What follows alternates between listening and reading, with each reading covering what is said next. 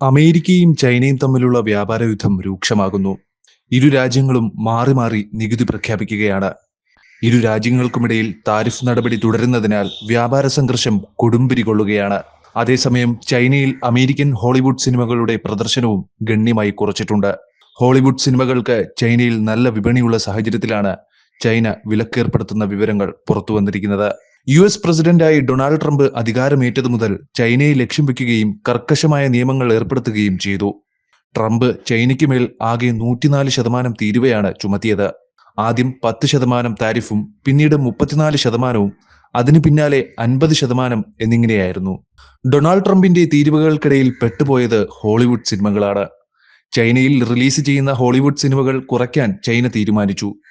ഇതിന് പിന്നാലെയാണ് Donald Trump ഇപ്പോൾ 41% കൂടി അധിക തീരുവ പ്രഖ്യാപിച്ചിരിക്കുന്നത്. ഇതോടെ ചൈനയ്ക്ക് മേൽ അമേരിക്ക മൊത്തം 145% തീരുവ ചുമത്തിയെന്നാണ് റിപ്പോർട്ട്. മറുപടിയായി ചൈനയും അമേരിക്കയെ കണക്കിന് തിരിച്ചടിക്കുന്നുണ്ട്. തുടക്കത്തിൽ കാർഷിക ഉൽപ്പന്നങ്ങൾക്ക് 10% മുതൽ 15% വരെ തീരുവ ചുമത്തിയ ചൈന തുടർന്ന് 34%, 50% തീരുവ ചുമത്തി. മൊത്തം 99% US ഇറക്കുമതിക്കും ചൈനയും അധിക തീരുവ ചുമത്തിയതായാണ് റിപ്പോർട്ട്. അതേസമയം 2-ാം തീയതി ഇന്ത്യയും ചൈനയും ഉൾപ്പെടെ 100-ലധികം രാജ്യങ്ങൾക്ക് മേൽ അമേരിക്ക തീരുവ ചുമത്തി. 2-ാം തീയതി ഇന്ത്യക്ക് 26%, ചൈനയ്ക്ക് 34% തീരുവ ചുമത്തി. അതുപോലെ മറ്റ് രാജ്യങ്ങൾക്ക് പ്രത്യേക നികുതികളും അമേരിക്ക ചുമത്തി. ഇതിന്റെ ഫലമായി ആഗോള വിപണി ഇടിഞ്ഞു തുടങ്ങി.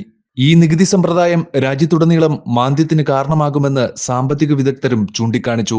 തുടർന്ന് 2-ാം തീയതി ഇന്ത്യ ഉൾപ്പെടെ 100-ലധികം രാജ്യങ്ങൾക്ക് ചുമത്തിയിരുന്ന നികുതികൾ അദ്ദേഹം താൽക്കാലികമായി നിർത്തിവെച്ചു. പക്ഷേ ട്രംപ് ചൈനയ്ക്ക് മേലുള്ള താരിഫ് നിർത്തിവെച്ചില്ല. ഇതിൽ ചൈന വളരെ ദേഷ്യത്തിലാണ്. അതേസമയം അമേരിക്കയ്ക്ക് തിരിച്ചടി നൽകാനും ചൈന തീരുമാനിച്ചു. ഇതിനെ തുടർന്നാണ് ചൈനയിൽ അമേരിക്കൻ ഹോളിവുഡ് സിനിമകളുടെ റിലീസ് കുറയ്ക്കാൻ തീരുമാനിക്കുന്നത്.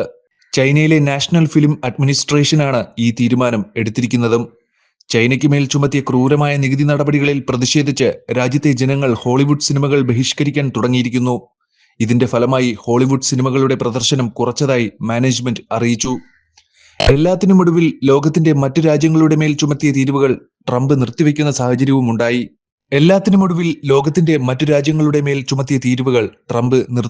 സാഹചര്യവും ഉണ്ടായി. ചൈനയ്ക്ക് മാത്രമായി 145% തീരുവ ഉയർത്തി. അതേസമയം ചൈനീസ് പ്രസിഡന്റ് ഷീ ജിൻപിങ് ആദ്യമായി ഈ നികുതി പ്രശ്നത്തെക്കുറിച്ച് തുറന്നു പറഞ്ഞു. അമേരിക്കയും ചൈനയും തമ്മിലുള്ള വ്യാപാര സംഘർഷങ്ങൾ ദിനംപ്രതി വഷളായിക്കൊണ്ടിരിക്കുന്ന സാഹചര്യത്തിലാണ് അദ്ദേഹത്തിന്റെ പ്രതികരണം.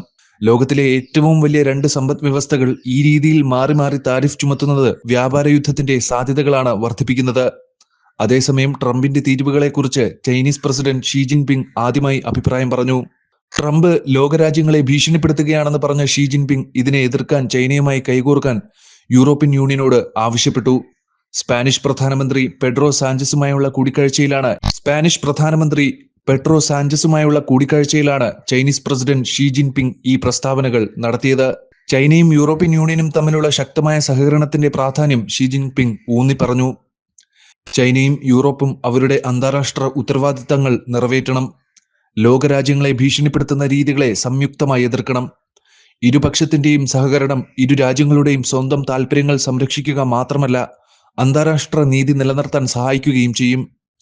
സഹകരണത്തിന്റെ ആവശ്യകത ചൈനീസ് പ്രസിഡന്റ് ഷീ ജിൻപിങ്ങുമായുള്ള ചർച്ചകൾക്ക് ശേഷം മാധ്യമപ്രവർത്തകരോട് സംസാരിച്ച സ്പാനിഷ് പ്രധാനമന്ത്രി സാഞ്ചസ് പറഞ്ഞു, യൂറോപ്പിന് ചൈനയുമായി കാര്യമായ വ്യാപാര കമ്മി ഉണ്ടെങ്കിലും അവ ഒരിക്കലും ഉഭയകക്ഷി ബന്ധങ്ങളെ ബാധിക്കില്ല.